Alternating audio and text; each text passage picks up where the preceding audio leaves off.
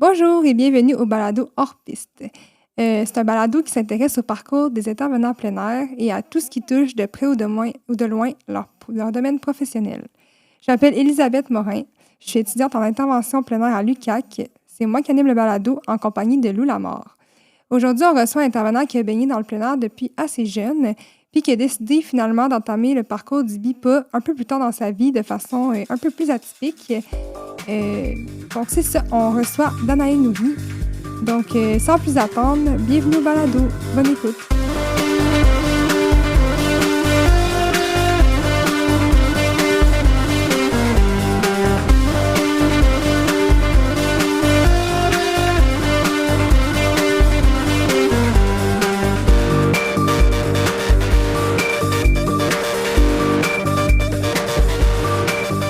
Alors, bonjour à tous, à tout le monde qui nous écoute aujourd'hui.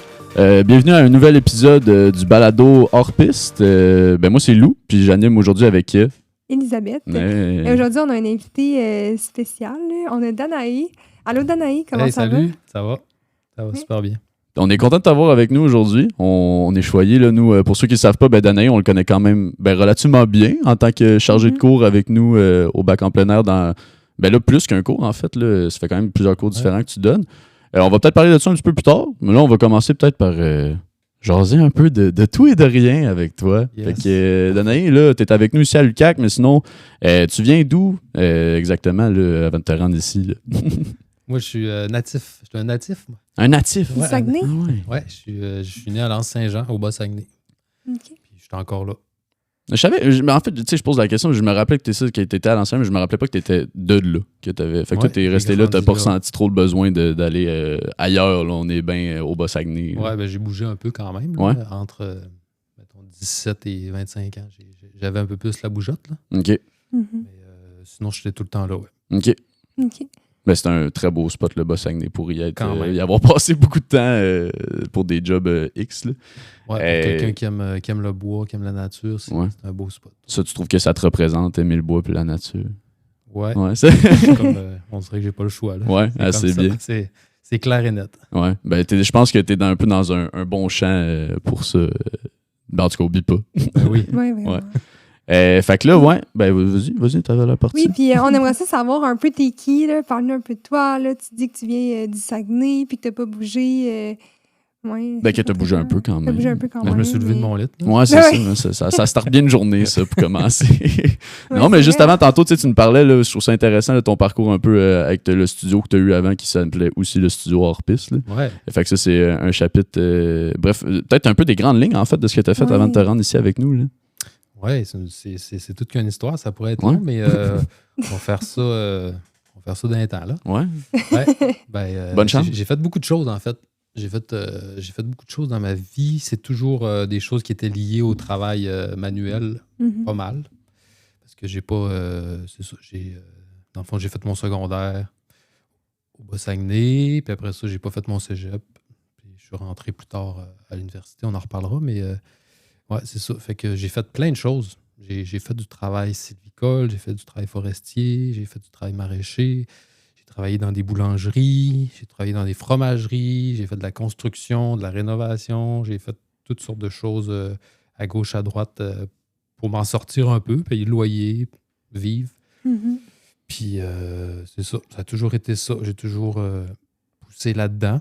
Je me suis laissé porter par ça. Puis ça a été beaucoup plus des contrats un peu dans ta vie ou genre des... Quand même. Ouais. Je pense que la job que j'ai eu le plus longtemps, c'était 3 ans. J'étais assistant protection de la faune pour la rivière Assommoir à Petit-Saguenay. OK. Ah, puis t'as quand même des travails qui sont toujours un peu reliés à la nature aussi. Ouais, ça j'ai pas le choix. C'était clair. T'sais, moi, je suis quelqu'un d'assez sensible, fait que ma santé mentale et physique est en priorité. Puis si tu m'assois dans un bureau avec un ordinateur... ça dégringole. Ça dégringole. Ah ouais. Puis le stress aussi, je suis sensible au stress. Fait que la nature, c'était comme naturel. Là, que... La nature, c'était naturel. Ouais, ça devrait être le slogan choix, du balado, je pense. La nature, c'est naturel. Puis moi, je suis curieuse. Là, c'est quoi qui t'a amené vers le plein air? Avant, là, tu dis que tu travaillais dans plein de domaines en lien avec la nature, mais mettons, c'est quoi qui t'a amené à travailler avec la nature? Tu dis que c'est parce que c'est sensible, mais mettons, comment tu as été initié? Excuse-moi, ma question, c'était... Oh, oui. Ben, en fait, n'y a pas vraiment eu d'initiation en tant que telle. C'est que j'ai grandi dans le bois. Tu sais. Ok. J'ai grandi directement dans la forêt. Avec, Un coureur des bois. Exactement, dans la caverne avec les loups. Ah, Non, c'est juste que mes parents avaient choisi un lieu assez reculé pour vivre. Puis c'est ça. Fait que j'ai grandi là. Puis ça s'est fait naturellement, finalement. En fait, c'est que le plein air a toujours été là en background. Puis j'avais jamais considéré ça comme une possibilité de job ou d'avenue professionnelle, si on veut.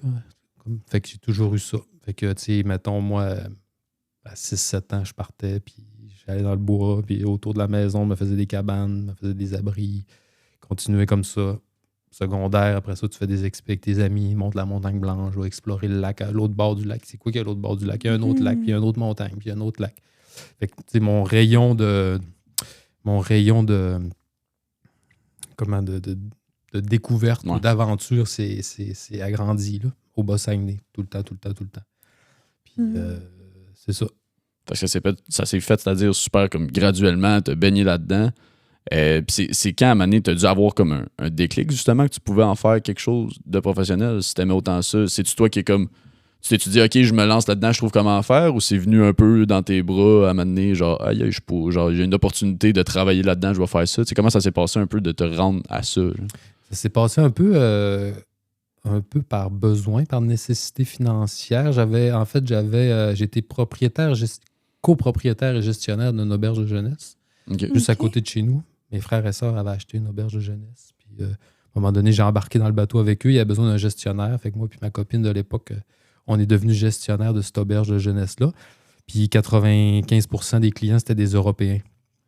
Les Européens qui arrivaient ici, puis là, ils me posaient tout le temps la question, c'est où qu'on peut faire de la raquette, c'est où qu'on peut, on peut-tu aller à telle place, mais moi, je leur disais, vous tournez au boulot jaune, vous pognez le skido, puis mais là, c'était pas clair, puis je m'inquiétais un peu pour eux, de les envoyer dans le bois. Fait que une année, je me suis dit, pourquoi pas, dans le fond, leur offrir un service de guide, C'est comme venu de même. Fait que tranquillement, j'ai guidé du monde, des clients qui avaient besoin. Puis là-dedans, j'introduisais, par exemple, mettons, on va dîner dans le bois, on se fait un feu, on fait cuire nos sandwichs sur le bois, sur le feu.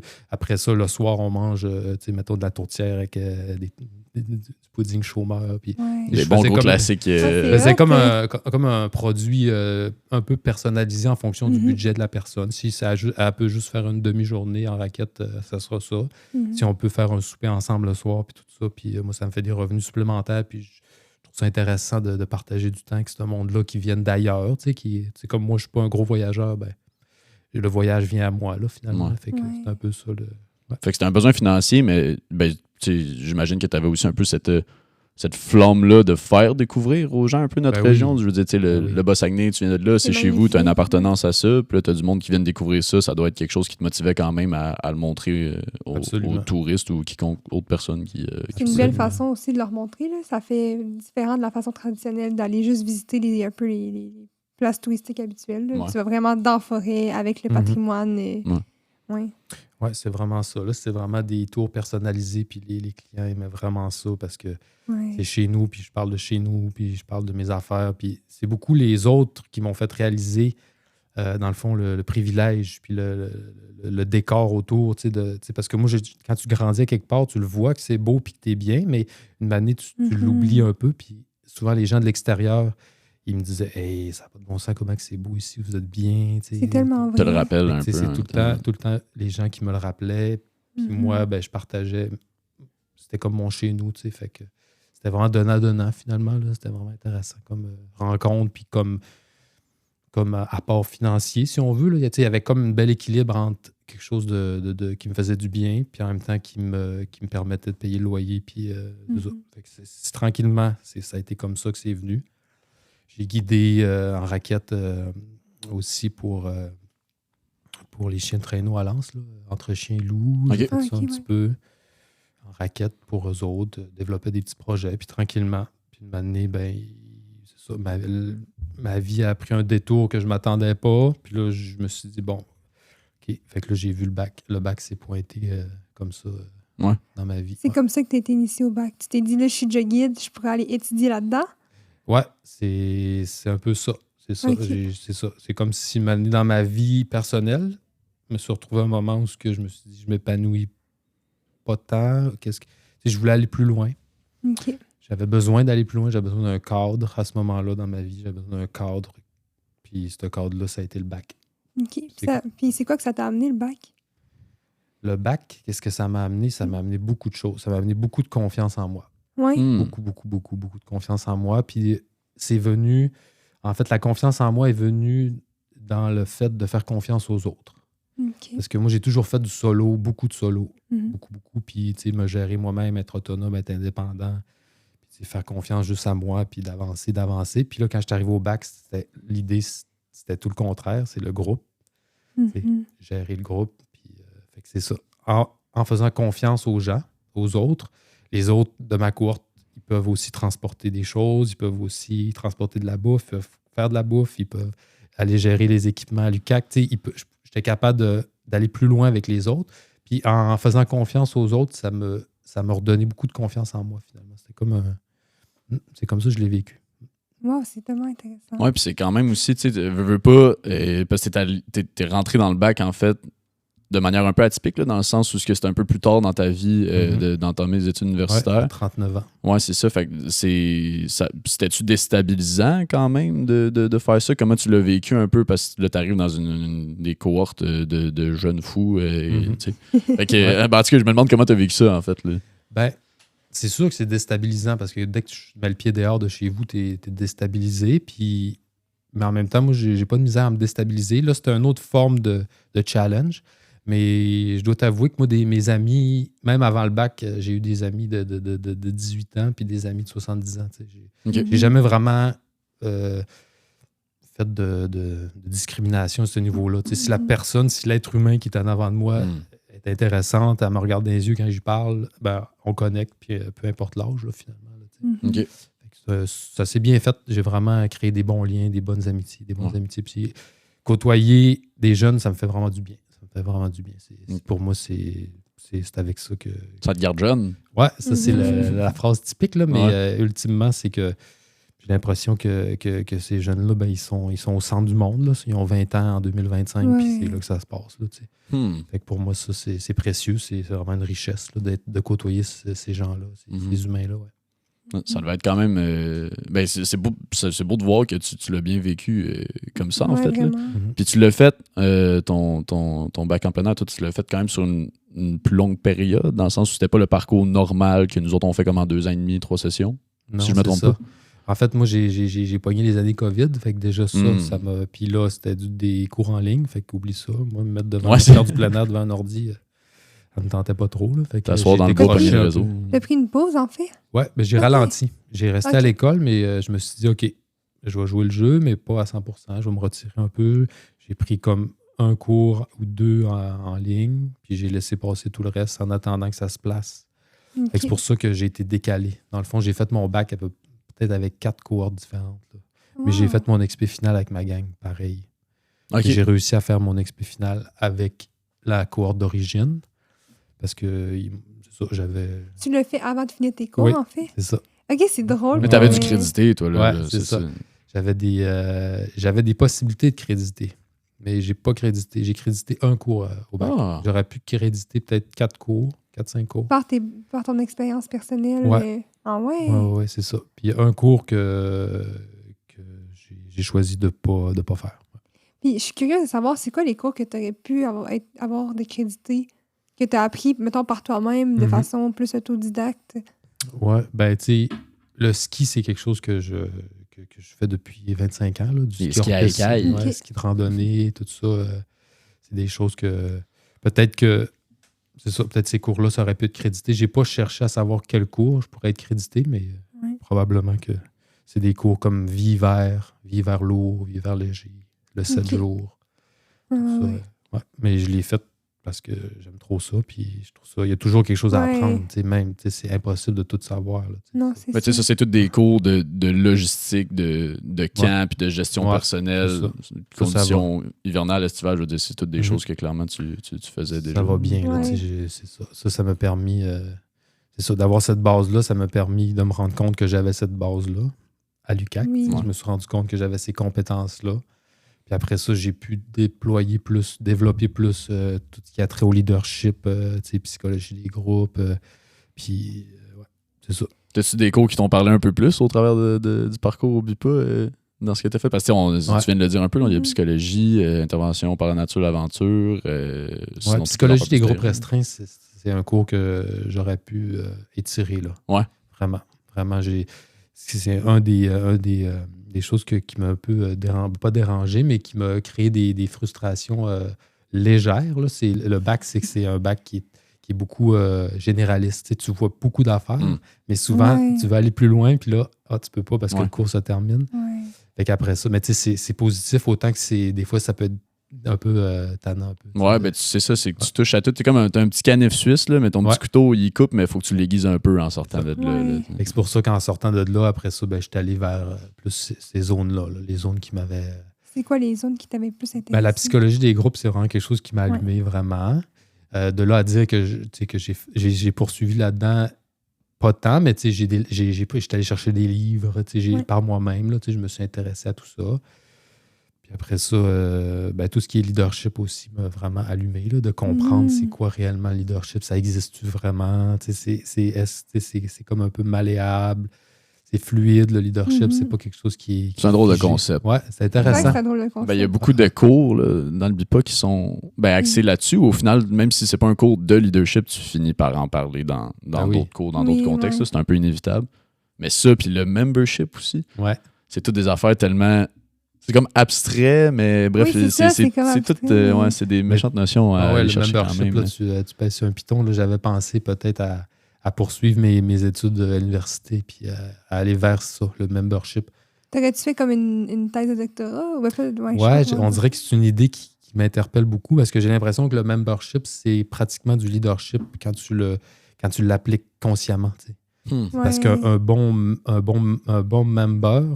Ça peut devenir un leader. Ben oui, parce que tu accompagnes le leader quand tu es un bon member. C'est ça, il y a quelque chose d'intéressant. Mais on pourra en parler. Tu poursuivrais là, mettons, parce que avant une thèse, ce serait un mémoire, dans le fond. À la maîtrise, tu ferais une affaire de même, genre? Ouais, genre, mais tu sais, c'est hypothétique. C'est un projet en l'air en ce moment. Ouais, j'ai l'idée éventuelle de peut-être faire une maîtrise, mais c'est pas... pour l'instant, je suis sur l'autoroute, puis ça roule vite, là, fait que... Ouais, ben là, cette année, tu as une charge de cours de plus que tu as normalement, là, parce que là, moi, l'année passée, je t'ai eu dans le cours de logistique de camp fixe estival. Je suis comme pas habitué de dire le nom complet. Là, on appelle VIET. Ouais, c'est ça, logistique de camp fixe en conditions estivales. Oui, c'est ça. Je pense que oui. C'est quoi dans le genre? Non? Logistique de camp fixe, c'est d'infrastructure. Ah non, ça, c'est vrai. Ça, c'est l'autre cours que j'ai fait avec toi à l'hiver. Mais VIET, c'est... VIET, j'étais assistant. Non, l'année passée, tu étais mon chargé de cours en VIET.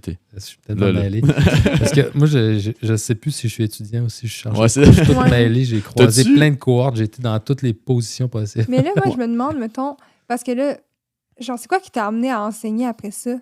Genre, c'est comment que tu as été amené à finalement être chargé de cours après? C'est vrai que rapidement après ton bac, tu as commencé à enseigner. J'ai assisté énormément de cours, en fait. Quand j'étais étudiant, puis un petit peu après, j'ai vraiment assisté énormément de cours parce que ça m'attirait, mais tu sais, j'avais pas cet objectif-là de devenir chargé de cours ou enseigner. Je le faisais pour le plaisir. Je le faisais pour le plaisir, puis je le faisais pour le plaisir et la rentrée d'argent dans un domaine que j'adore. Oui. Pour moi, c'était du plein air qui avait un revenu là, qui venait, ça aussi, c'est important. Mais tout ça, ça s'est fait, puis j'ai développé vraiment le goût, puis ça s'est fait un peu naturellement, tout ça. J'ai pas... On dirait que j'ai pas décidé ça. On dirait que j'ai juste comme embarqué dans le bateau, puis tout ça s'est placé. Puis j'ai dit oui à toutes les intersections que je croisais. T'as pas décidé, mais t'es content. Ouais. Ah oui, ben oui. Puis là, je me rends compte que je suis vraiment bien. Là. Je pensais pas pouvoir être aussi bien dans ma vie, en fait. Professionnel et personnel, c'est les deux qui sont vraiment... Mais quelle belle réalisation à faire. Moi, j'étais bien dans ma vie. Oui. Puis là, le niveau de bonheur puis d'épanouissement n'a jamais été aussi grand. Le fait d'être un enseignant, le côté de transmettre, ça revient un peu. Tu faisais ça avec tes clients quand t'accompagnes, je sais pas, en tout cas quand tu guidais. tu transmettais le territoire, patrimoine québécois, tout ça. Là, tu peux nous transmettre toutes les connaissances que tu as développées au travers de tout ça. Tu donnes ça à plein de cohortes de plein de jeunes. Je veux dire, c'est sûr que ça doit... C'est une approche différente aussi. Là. Tu le fais avec des touristes, là. Tu le fais avec des jeunes qui baignent là-dedans, qui aiment quand même le plein air aussi. Ça fait différent. Oui, exactement. C'est complet dans tous les axes, là, en fait. Là. J'étais avec des étudiantes vraiment plastiques. C'est le fun. Ils sont là, ils trippent, ils aiment ça être là. J'étais avec des collègues de travail qui sont super intelligents, super motivés. Après ça, au niveau des revenus, c'est super intéressant. Au niveau du défi intellectuel pour moi, de retourner. Nécessairement, il faut que je connaisse ma matière pour l'enseigner. Fait que plein d'études à la maison, tout le temps me mettre à jour. Fait que c'est complet. Là. C'est comme un spectre qui est complet.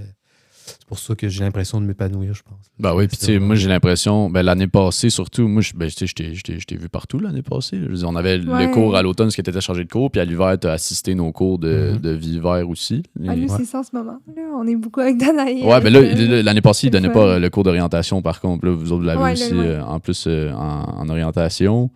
Puis là, ben moi c'était spécial, mais moi je t'avais eu aussi avec le cours de Canfic, justement, qu'on disait tantôt.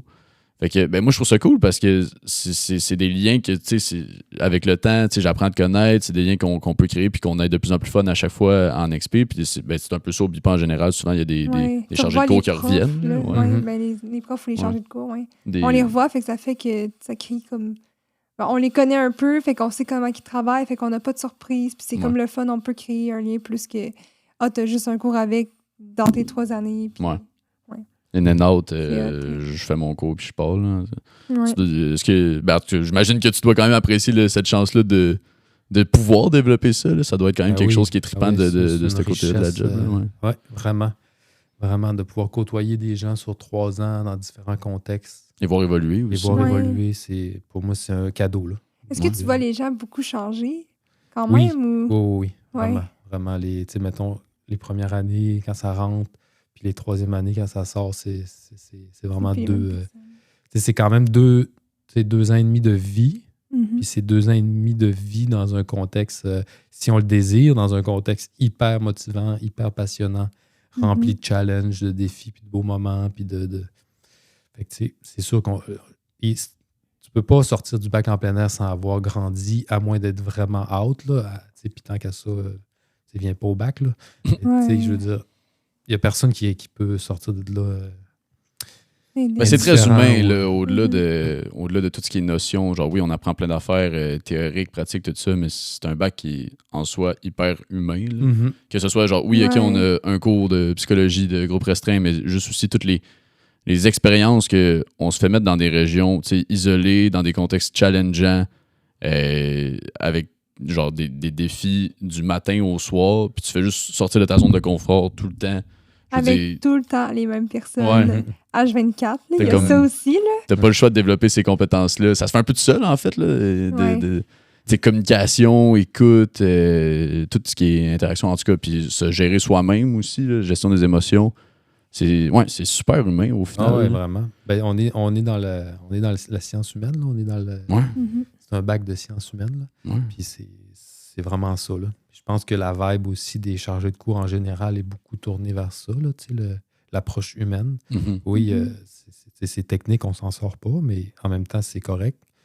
Mais tout le côté humain, comme vous dites, là, c'est ce qui m'a vraiment allumé au bac. Là. Si ça avait été juste un bac d'allumer des feux en 3 minutes puis monter des bâches en 2 minutes, puis je suis pas sûr que j'aurais collé tant que ça. Là, oui, c'est un bon gagne-pain, mais c'est vraiment les humains dans la nature, moi, qui me passionne. Mais ça revient un peu à ça, le plein air, au final. Là, je veux dire, comme tu viens de le dire, c'est vraiment plus que de savoir faire un feu ou monter une tente. Là. C'est toute l'expérience que ça apporte en plein air. C'est authentique, puis c'est de quoi ça fait ressortir. En tout cas, moi, j'ai l'impression que ça fait ressortir les meilleurs côtés d'une personne, ou du moins que c'est un chemin pour les faire ressortir. En tout cas, c'est comme pas très clair. Je suis quand même d'accord avec toi. C'est clair. C'est un peu ce que je pressens aussi. Là. C'est quelque chose, c'est comme un peu un mixeur. Là, tu rentres dedans, puis tu peux pas être... tu te fais challenger, tu te fais pousser, puis là, tu te rends compte que la seule façon de t'en sortir, c'est de demander de l'aide aux autres, de tendre la main vers les autres, d'aider des autres. T'sais, aider quelqu'un, c'est tellement comme valorisant, c'est tellement, ça fait tellement du bien. Fait que tu es content d'aider les autres, puis en même temps, quand tu as besoin d'aide, tu es content d'avoir de l'aide. Fait que c'est comme si on revenait à une base fondamentale de l'humain à travers ça. C'est que l'être humain, pas d'être humain, ça marche pas. Wow. Un être humain, pas d'être humain, ça marche pas. Ça a besoin. On est des êtres de cohésion. On a besoin de cette proximité-là avec les autres. C'est pas vrai que c'est la technologie qui va nous sauver, c'est les autres qui vont nous aider. Ça, c'est-tu une pensée que tu avais avant même de rentrer au BIPA? Je veux dire, tout ce côté humain-là, ou tu considères que ça s'est quand même plus développé au travers de ton parcours? Ben, je pense que j'ai toujours eu ce regard-là assez empathique sur les humains, les autres qui m'entourent, mais le bac me l'a vraiment comme démontré de façon très tangible. Puis il m'a poussé à sortir de mes idées pour appliquer ces choses-là. Parce que je pense que quand je suis quand même quelqu'un d'assez cérébral, c'est pas toujours une qualité. Là, des fois, il faut sortir du cerveau puis aller dans le cœur, puis dans le corps, puis rentrer. Puis c'est ça que le bac, dans le fond, il m'a démontré que ces idées-là, ben, dans le fond, j'avais pas tort là, de croire à ces idées-là, finalement. Oui, ben c'est tellement interrelié, je trouve, en plus. En tout cas, personnellement, je trouve la nature puis les relations humaines, parce que je trouve que maintenant, vu qu'on est tellement connectés, on dirait qu'on s'éloigne un peu de ça, puis d'être dans un contexte qu'on est justement dehors avec du monde, puis que, comme tu dis, la seule façon que ça peut marcher, c'est qu'on s'entraide, ben ça ramène tellement ça, puis au final, l'humain, il vit de ça, il vit des relations humaines, puis il vit un peu... Tu sais, moi, je trouve que c'est ce qui nous allume un peu, là, d'être en contact avec les autres, là. En tout cas, je trouve full intéressant.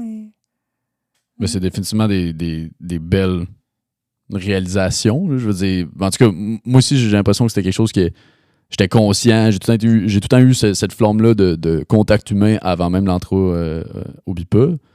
Mais c'est tellement mis de l'avant et développé, de savoir que c'est quelque chose sur lequel tu peux travailler, genre, ou comme investir, genre, je sais pas, du temps, puis de comprendre tout ce que ça l'apporte, puis c'est pas tout le temps pas challengeant, là, je veux dire, c'est quand même...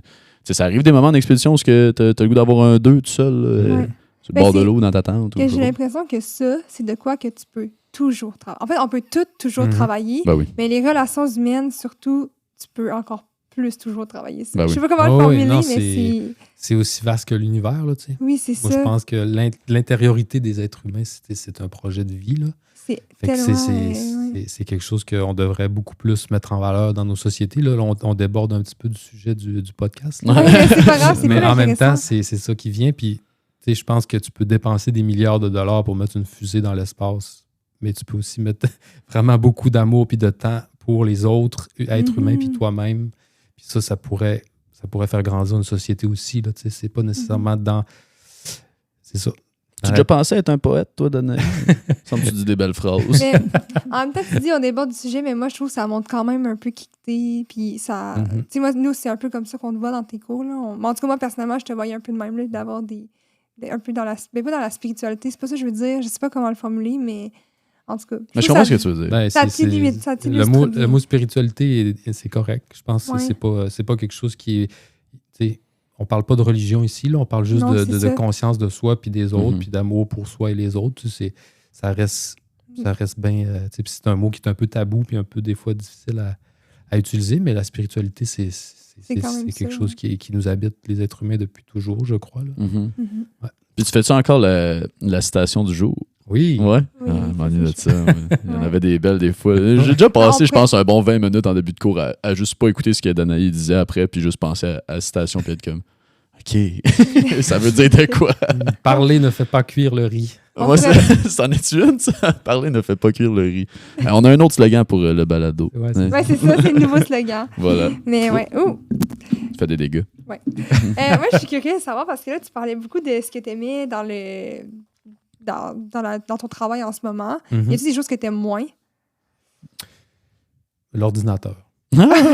C'est difficile pour moi. Là. J'ai une routine. En fait, j'ai pas le choix. C'est un médium qui est comme obligatoire si tu veux vivre en société. Fait que c'est ça. C'est difficile pour moi. Au-delà de 3 heures par jour devant l'ordi, ma santé est correcte. Fait que souvent, c'est ce que je fais, c'est que je fais du 7 jours sur 7. Au lieu de faire des journées complètes d'ordi sur 5 jours, mettons, je fais 7 jours sur 7. Toutes mes avant-midi sont consacrés à l'UQAC devant l'ordi pour l'instant. Fait que c'est un peu ça ma routine pour rester en santé mentale et physique. Tu considères que le fait Ça, d'en faire un peu à tous les jours, c'est mieux que d'avoir, mettons, une journée complète? Oui. T'es du genre de personne qui, travailler, ça te dérange pas, puis t'aimes ça. Je veux dire, si tu le fais du 7 jours sur 7, c'est parce que je sais pas si tu ressens tout le temps le besoin d'avoir un congé. Attends, ma phrase est vraiment pas claire. Mais tu sais, il y a du monde qui sont pas capables de rester assis dans leur salon puis de pas faire quelque chose, genre un projet manuel ou faire de la bouffe ou de quoi, là, je sais pas trop. C'est-tu le genre de personne-là, au final? J'ai cette tendance-là, mais je suis capable de rien faire, puis je préconise beaucoup ça. Je pense qu'on devrait apprendre à rien faire beaucoup. Mais pour répondre à ta question, c'est que pour moi, c'est plus sain de faire un marathon que de faire un sprint. Okay. Parce que je suis rendu à un certain âge, puis mon énergie est là, puis je suis vraiment en forme. C'est juste que si je me tape 4 jours d'ordi, vous ne me reverrez plus. Là, ça, c'est pour répondre à ta question. Puis le stress que cela m'apporte, mais ça, le stress, je l'ai peu importe. Fait que dans le fond, j'apprends juste à gérer mon stress. C'est une bonne école, en fait. C'est une bonne école de gestion du stress, puis des écrans, en fait. C'est ça mon défi. Pour ce qui est du reste, je suis vraiment heureux. Puis je suis pas malheureux d'avoir du stress puis des écrans. C'est juste qu'il faut que je me gère. OK. Puis là, en ce moment, maintenant, tu travailles-tu juste ici ou tu as aussi un autre... En fait, je suis... dans le fond, je suis pas propriétaire parce que c'est pas un OSBL, c'est une coopérative, mais je suis membre fondateur d'une coopérative qui crée des sentiers pédestres et qui entretient des sentiers pédestres. C'est quoi? Roche et Racine. Ah, OK. Ouais. On est 4 amis. On a créé une coop de travailleurs. Parce que c'est ça. Basé à L'Anse-Saint-Jean? Oui, à L'Anse-Saint-Jean. C'est quoi vos opérations? C'est-tu large? C'est-tu juste dans ce secteur-là ou c'est comme... Non, au début, c'était vraiment Bas-Saguenay. Puis là, on ouvre un petit peu. On a fait un contrat à l'UQAC, justement, la coulée Val-Lombrette cet été. OK. Puis on a travaillé aussi à... Les sentiers en arrière là, de l'école? Ouais, c'est ça. Moi, je n'étais pas présent sur le chantier, mais c'est mes collègues qui étaient là. OK. Puis, mettons, les Mont-Valin, c'est possible. Ferland-Boileau, on a fait du travail là-bas aussi. Fait que ça s'élargit un peu, mais tu sais, on aime bien dormir chez nous le soir. Tu sais, on ne veut pas trop partir loin, mais il y a des limites aussi. Puis des fois, c'est ça, il faut payer le loyer. Fait que, mais ça, moi, c'est quelque chose que je trouve précieux parce que ça me ramène à la réalité du terrain. Là, des fois, être devant un ordi, ça t'éloigne un peu des mouches noires, puis de la pluie, puis du fret. Fait que là, tu déconnectes un peu là, de la réalité. Puis comprendre la réalité, pour moi, physique, la réalité tangible, un peu les intempéries. Les inconforts. Les inconforts. C'est primordial à une santé. Tu cours après ça, toi? Ouais. Moi, j'ai bon équilibre entre le confort et l'inconfort parce que sinon, on se perd vraiment dans le confort. Oui, c'est vraiment important, je trouve aussi. Là, en tout cas, je ne veux pas marquer. Non, mais je pense que... oui, non, mais c'est un gros sujet aussi, là, mais tu sais, je pense que pour grandir dans la vie, ça prend... Il faut sortir de cette zone-là. Ouais. Puis t'as comme un gauge, là. Tu fais pas juste te pitcher dans le vide, puis c'est dangereux ou il y a trop de risques, mais comme... Un genre d'inconfort contrôlé, un peu. C'est ça. La zone de panique, un peu moins, là, mais la zone d'inconfort, c'est la zone d'apprentissage, puis d'inconfort, c'est pas mal la même chose. Là. Oui, c'est ça. Puis ça, c'est autant pour l'esprit, l'intellect que le corps. Là, fait que être assis chez vous... Ça prend quand même une certaine motivation ou une certaine comme, discipline pour avoir, genre, consciemment te dire « je sors de ma zone de confort ». Oui, vraiment. Ouais. À un moment donné, je pense que... en tant qu'étudiant, en ce moment, oublie pas, j'ai l'impression que t'apprivoises un peu le fait d'être inconfortable. Genre là, ça me paraît bien moins intense de partir en expédition maintenant que ça l'était pour moi il y a comme 1 an, vu que je n'avais pas trop d'expérience en plein air avant de rentrer au BIPA. Mais tu sais, même juste aller dans le bac, tu t'exposes déjà à de l'inconfort. Puis souvent, les gens qui vont aller dans le bac, c'est des gens qui sont déjà habitués avec l'inconfort, mais qui en tout cas, je sais pas, tu te lances dans quelque chose que t'es comme... le move en tant que tel, en soi, se lancer dans le monde du plein air, ça peut être quelque chose qui peut stresser à la base, j'ai l'impression. Mais Mais je pense que de plus en plus, c'est quand même... comment dire, pas populaire, mais genre, je pense que c'est de plus en plus une option, genre. Oui, mais j'ai peut-être l'impression aussi que les gens, parce que là, on est rendu dans un moment où justement, on est tellement confortable que, là, moi, je sais, en tout cas, j'ai étudié en intervention avant, je suis intervenante, puis moi, je voyais qu'il y avait beaucoup de gens qui vivaient des stress quotidiens, de l'anxiété, mais que c'était beaucoup en lien avec le fait qu'ils ne s'exposaient pas nécessairement. Fait que là, ça revient un peu à la question confort-inconfort. J'ai l'impression que là, on est comme dans un cercle que tout le monde est vraiment très confortable. Puis là, que les gens veulent retourner un peu aux bases, peut-être, avec le plein air. Je ne sais pas si c'est exactement ça, mais moi, c'est un peu comment que je le perçois. Oui, c'est sûr qu'il y a une vague populaire là, du plein air, mettons, au Québec, là, pour parler. Il y a ça qui... Puis après ça, les gens se rendent compte que ça leur fait du bien. T'sais, des fois, c'est juste une mode, fait que tu suis le troupeau. Tout le monde fait du plein air, on va faire du plein air, mais là, tu te rends compte que ça te fait du bien, finalement. Fait que là, tu te poses des questions. Si là, ça me fait du bien, c'est parce que j'étais peut-être pas bien avant. Fait que, ça peut ouvrir des portes de conscience aussi sur le plein air. C'est automatique, là, je veux dire. N'importe qui, tu prends quelqu'un et tu le mets dans le plein, comme en nature, il va se passer de quoi, là? Soit il va paniquer puis il va se rendre compte qu'il y a quelque chose qui marche pas, soit il va vraiment aimer ça. C'est comme... C'est ça, tu peux pas rester comme indifférent, je pense. Puis il y a une certaine vague aussi de popularité qui est venue. Là. Je sais pas si vous en avez entendu parler, mais il y a eu quelque chose que c'était genre une pandémie mondiale. Là. Il n'y a pas si longtemps. C'est vrai que ça aussi. Ça a comme... j'ai l'impression que ça a pris de l'expansion un peu à ce moment-là. Oui, on a vu les chiffres. Là, les paddleboards qui se sont vendus. Les paddleboards. On va avoir un cours d'autonomie et indépendance en paddleboard sur le fjord du Saguenay. Oublie pas, tu sais. Non, c'est sûr que le plein air, c'est quelque chose qui fait partie de notre schéma de construction là, depuis 10 000 ans, là, depuis toujours, en fait. On vient de là. On vient de là, puis là, on est assis dans un 4,5 à regarder Netflix. C'est sûr que ça crée des choses. Là. Ça crée des tensions, des frictions. Ouais. Mais non, c'est ça. Puis tu ressens-tu, parce que moi, c'est quelque chose que j'ai vu beaucoup chez du moins les étudiants. Là, je sais pas, j'ai pas discuté de ça avec mettons des intervenants ou des professionnels en ce moment. Là. Mais il y a comme une espèce de tendance à ce que parfois le fait d'aller étudier en plein air, ça devient le plein air professionnel versus le plein air de plaisance. C'est quand même deux choses assez différentes. Je l'ai vécu cet été. Là. Je veux dire, cet été, moi, j'étais guide, fait que j'ai vu aussi la différence entre moi qui va faire du kayak avec mon frère sur une plage, prendre une bière, versus guider du monde professionnellement dans des conditions qui peuvent être quand même complexes. T'as-tu de la difficulté en ce moment? Est-ce que tu ressens que là, c'est juste comme du plein air comme professionnel, enseignement, tout ça, puis est-ce que tu t'ennuies de faire du plein air de plaisance ou t'en fais aussi? Y a-tu comme un déséquilibre là-dedans ou tu sens quand même que ça se fait super bien puis tu fais quand même, t'as quand même l'énergie pour faire tes activités à toi que tu fais normalement à l'extérieur de ta job, mettons? Ouais. C'est une bonne question. En fait, je l'anticipe un peu, ce manque-là, comme tu dis, de faire des choses, mettons, pour moi, pour mon plaisir, mais je pense que je suis tellement nourri par la situation présentement que c'est ça, je suis pas encore en déséquilibre. Il n'y a pas une carence. Mais tu sais, je veux dire, dès que je peux, je sors dehors, là, que ce soit pour aller ramasser des pommes, aller jardiner un peu, aller faire la montagne blanche, aller-retour rapidement, tu sais, comme juste... Ben moi, j'ouvre la porte puis je suis dehors, fait que c'est pas trop compliqué. Mais... c'est une bonne question, mais non, je sens pas trop de déséquilibre. Puis cet hiver, il y a des expés de ski qui s'en viennent. Puis, avec le BIPA ou... Ouais. Fait que, tu sais, T'es-tu sur le 7 jours? C'est une grosse question, on sait pas encore. On me l'a demandé, j'ai dit oui, mais j'ai pas eu de mon contrat encore. Fait que, OK. On va peut-être se voir. Ça va venir. Puis sinon, as-tu des expéditions personnelles qui s'en viennent aussi? Ou...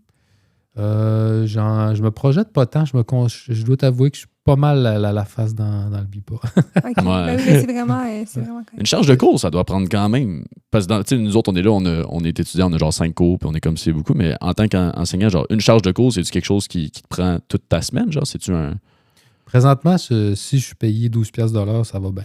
OK. Non, dans le sens que je suis quelqu'un d'assez exigeant envers moi-même, puis j'ai déjà été étudiant, fait que j'ai envie d'offrir quelque chose de qualité. C'est ça, fait que c'est beaucoup de travail. Pour l'instant, c'est énormément de travail. Parce que c'est la première fois que, par exemple, le cours d'orientation et déplacement en milieu naturel, c'est la première fois que je le donne. Ouais, puis il y avait du remodelage à faire C'est aussi ça, il y sur avait la beaucoup de formule. remodelage à faire, puis j'ai pas eu accès à tout ce que j'aurais pu avoir accès. Fait que c'est de la construction de la base, là, finalement. Fait que évaluation, critères d'évaluation, gestion de sortie, tout ça. Fait que c'est super pertinent. C'est juste que moi, pour y arriver, il faut que je donne 3 à 4 heures par jour, 7 jours sur 7. Ça doit être Ça doit faire 1 mois et demi que je fais 7 jours sur 7. Là. OK. C'est vraiment très rigoureux là-dessus. Puis ça me va, mais je ne ferais pas ça pendant 20 ans. Là, moi, ce que je suis en train de faire, je suis en train de construire un peu le futur. C'est ça, je m'en avais dit, c'est un du bonheur, investissement. du plaisir qui est déplacé pour le futur, mais qui me fait plaisir présentement. C'est juste que si... C'est le coup de partir un peu. C'est ça, c'est de partir, c'est de monter ton cours. Puis après ça, le hic avec ça, c'est que est-ce que l'année prochaine, je vais avoir le cours? Ouais, c'est... Tu croises les doigts. Une certaine complexité au niveau universitaire pour les charges de cours. Oui, c'est ça. Fait qu'en général, ça va bien, mais ça peut arriver que c'est comme un jeu de domino un peu. Là, On ne rentre pas trop dans les détails, mais c'est un jeu de domino par rapport à la position que tu occupes en tant que chargé de cours. Puis ça se peut que je ne l'aie pas l'année prochaine. Mais il faut que je m'épanouisse au moment présent. C'est ce qui se passe. Fait que je me plains pas du tout. Là, si je calcule mes heures, je vais être déçu, mais c'est pas ça que je fais. Je profite de tout ça comme pour moi. Je me dis, je suis en train d'apprendre à monter un cours. C'est énorme. C'est parfait. Là, Puis quand tu dis que tu montes le cours, c'est genre l'Uni te remet un plan de cours un peu avec des grandes lignes. Puis toi, tu montes de là ou c'est vraiment comme toi? Parce que là, tu dis, mettons, orientation, tu n'as pas eu tout accès au matériel. Bien, c'est-tu toi qui as amené toute la théorie? Je ne sais pas trop si c'est clair ma question. Mais... Oui, ben c'est ça. En fait, j'ai eu accès à un minimum là, de qu'est-ce que l'UQAC s'attend, puis qu'est-ce que le cours doit. Les objectifs du cours, je les connais. Ouais. Fait que je pars de ça. Puis là, dans le fond, je me suis basé sur des documents autour de moi, là, comme des livres qui ont été écrits en orientation. OK. Puis c'est ça. Fait que je me base sur des livres qui existent, des livres de référence. Puis là, je construis mon cours en élaguant, là, en élaguant, puis c'est quoi l'objectif du cours pour un étudiant? C'est de savoir avec précision c'est quoi qui se passe dans telle zone, mettons. Oui. Mais j'essaie d'aller vraiment à ce qui peut être pertinent pour l'étudiant quand il va sortir de ce cours-là, 45 heures. Ouais, c'est ça. Fait que je travaille à partir de l'objectif. C'est l'objectif du cours, puis là, je recule pour comment faire pour arriver à cet objectif-là. OK. C'est un peu comme ça. Là. Puis, je demande de l'aide. Là. Ouais, c'est quand même complexe. J'ai de l'aide. Là. J'ai des amis qui sont enseignants. Il y a Julien Choquette qui m'accompagne énormément là-dedans. Que lui, il a plus d'expérience au niveau de la pédagogie. Fait que pose beaucoup de questions à Pascal, Vincent. Parce que toi, tu n'as pas eu de formation comme pédagogique avant d'arriver à enseigner. Tu as appris comme sur le tas à faire de l'enseignement. C'est ça, j'ai assisté des cours, puis là, dans le fond, une fois de temps en temps, le prof me disait, tu veux-tu donner cette partie-là du cours? Fait que là, je me lançais là-dedans, puis là, j'observais le prof, comment il fonctionnait pour... En fait, c'est le chemin pédagogique qui est intéressant, comment arriver à ce que l'étudiant ou l'étudiante puisse se repartir avec quelque chose là, après ton cours là, qui est pertinent, puis le chemin pédagogique que tu vas employer. Ouais. Moi, je m'intéresse beaucoup, dans le fond, à la neurologie, là, comment placer le cerveau de l'étudiante ou de l'étudiant dans une position de confiance, puis de sécurité, puis de plaisir, pour que le cerveau soit ouvert à apprendre. Mais tu as des conditions dans lesquelles tu es beaucoup plus apte à retenir l'information. Ben oui. Si tu es toujours stressé, tu n'apprends rien. Si tu es de mauvaise humeur, tu n'apprends rien. Si tu es triste, tu n'apprends rien. Je veux dire, si tu veux déployer ton potentiel intellectuel, il faut que tu t'aies du plaisir. Il faut que tu sois en confiance. Il faut que tu puisses ouvrir tout ça. Il faut que tu t'ouvres à la motivation. Il faut que ce soit une motivation intrinsèque. Il faut que l'étudiant ait envie de venir à ton cours. Il faut qu'il ait envie d'être là, puis il faut qu'il soit heureux d'être là. Il faut qu'il soit à l'aise de dire qu'est-ce qu'il pense réellement. Ses pensées, il faut qu'il soit à l'aise. Là. Fait que moi, c'est un peu mon approche pédagogique. J'essaie de créer une relation avec les étudiants qui est agréable, qui est de confiance. Puis après ça, c'est sûr qu'au niveau technique, on ne s'en sort pas. Là, un point GPS, c'est un point GPS. Faut que tu le connaisses. Là, oui, c'est ça. Mais bref, c'est ça. C'est un peu mon... Tu trouves-tu que c'est un défi en ce moment, côté pédagogique, ou ça va bien, ou comme tu t'adaptes, tu essaies-tu des choses? C'est-tu quelque chose c'est-tu beaucoup d'adaptation pour toi? Oui, vraiment. Ouais. Vraiment beaucoup d'adaptation. Puis j'aime ça parce que c'est une aventure en soi, là, de plonger vers le vide un peu. Là. C'est ça la définition d'une aventure. Puis cette aventure-là est intéressante. C'est sûr que des fois, elle est décevante. Des fois, je suis déçu de ma performance. C'est un mauvais mot, mais des fois, je me dis, j'aurais pu faire ça de même. Puis, je suis assez critique. Mm-hmm. On est tout le temps nos critiques les plus sévères. C'est ça. Fait on peut toujours faire mieux, encore une fois. C'est ça. C'est correct d'accepter ce qu'on a fait, puis après ça, de s'améliorer. C'est correct aussi. T'sais. Oui, c'est ça. Fait que c'est un travail. C'est un gros travail, mais ça me passionne. Là. J'en parle, puis j'ai hâte. Là. J'ai hâte d'être devant le groupe, puis de partager avec eux. Là. Ouais. Puis ce qui est le fun, c'est qu'il y a tellement de manières de faire, puis de... Moi, c'est ce que j'aimais, j'ai étudié en enseignement avant de venir au BIPA, puis ce que j'aimais de ça, c'était toutes les approches un peu uniques de chaque personne qui va enseigner.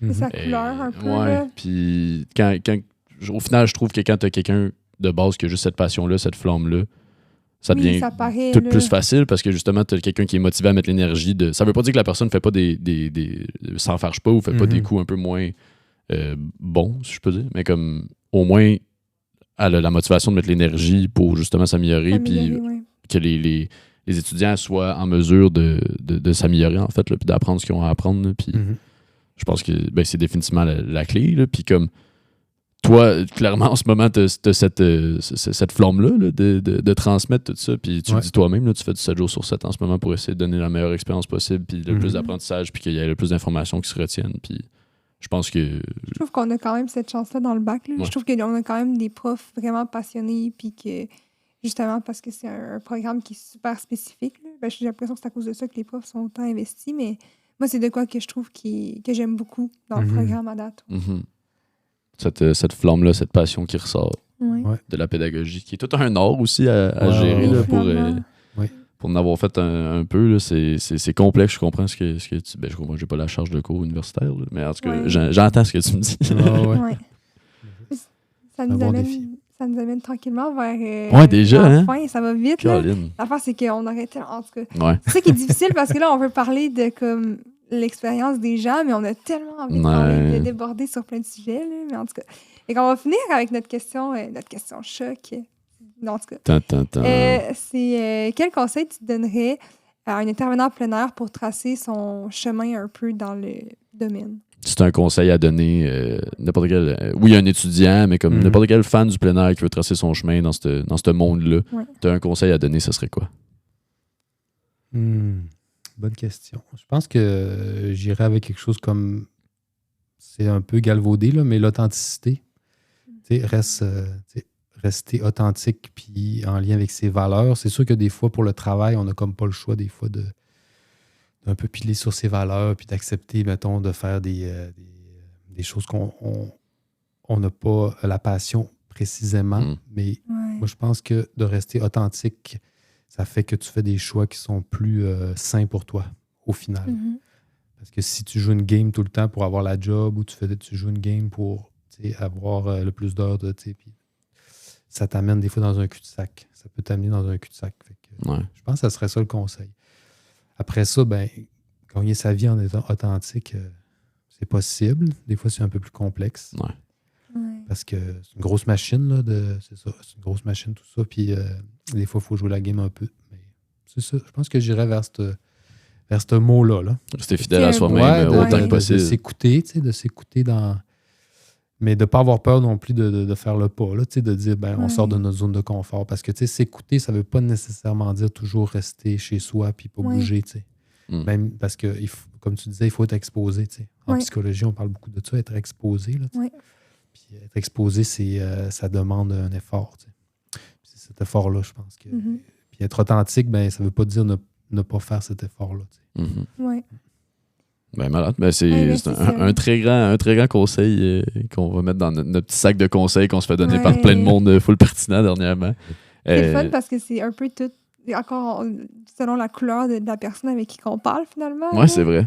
Ça varie quand même. On s'est pas fait dire 2 fois la même affaire à date. On a eu 3 personnes. Quand même, là. En tout cas, c'est 3 fois de 3 trucs différents. On le prend. Oui, c'est ça. C'est un bon point que tu apportes. C'est pas la quantité, c'est la qualité. Voilà. Merci à vous autres.